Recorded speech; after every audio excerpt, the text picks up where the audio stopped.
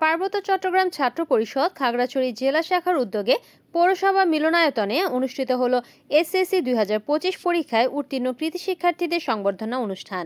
সকালে এই অনুষ্ঠানে জেলার বিভিন্ন শিক্ষা প্রতিষ্ঠান থেকে উত্তীর্ণ ও জিপিএ 5 প্রাপ্ত প্রায় 80 জন শিক্ষার্থীকে সম্মাননা স্মারক প্রদান করা হয়। অনুষ্ঠানে এই সময় প্রধান অতিথি হিসেবে উপস্থিত ছিলেন পার্বত্য চট্টগ্রাম নাগরিক পরিষদ কেন্দ্রীয় কমিটির চেয়ারম্যান কাজী মুজিবুর রহমান, যুগ্ম সাধারণ সম্পাদক মোহাম্মদ আব্দুল মজিদ।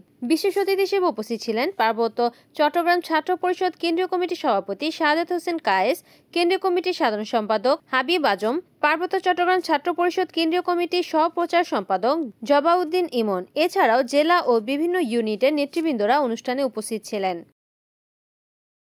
রিপোর্ট করেছেন খাগড়াছড়ি প্রতিনিধি বিপ্লব তালুকদার, NN টিভি।